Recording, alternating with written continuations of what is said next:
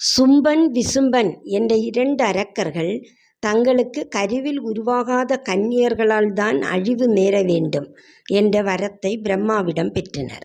அவர்களுடைய கொடுமையை அடக்க பார்வதி தேவி 7 கன்னியர்களை தோற்றுவித்தார். அந்த சப்த கன்னியர்களில் 5வது கன்னிகைதான் வராகி அம்மன். பன்றியின் முகமும் 8 கரங்களுடன் சங்கு, சக்கரம், கலப்பை, உலக்கை, வாள், அங்குசம், கேடயம், அரிவாள் போன்ற ஆயுதங்களை கையிலேந்தியவள். விவசாயம் செழிக்க உதவும் தாய் இவள். எதிரிகளை அழிப்பவள் இவள்.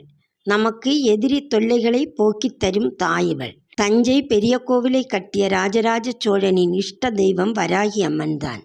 போருக்கு கிளம்பும் முன்பு வராகியை வழிபட்டு செல்வாராம், வெற்றியும் அடைவார். தஞ்சை பெரிய கோவிலில் வராகி அம்மனுக்கு தனி சன்னதி உள்ளது.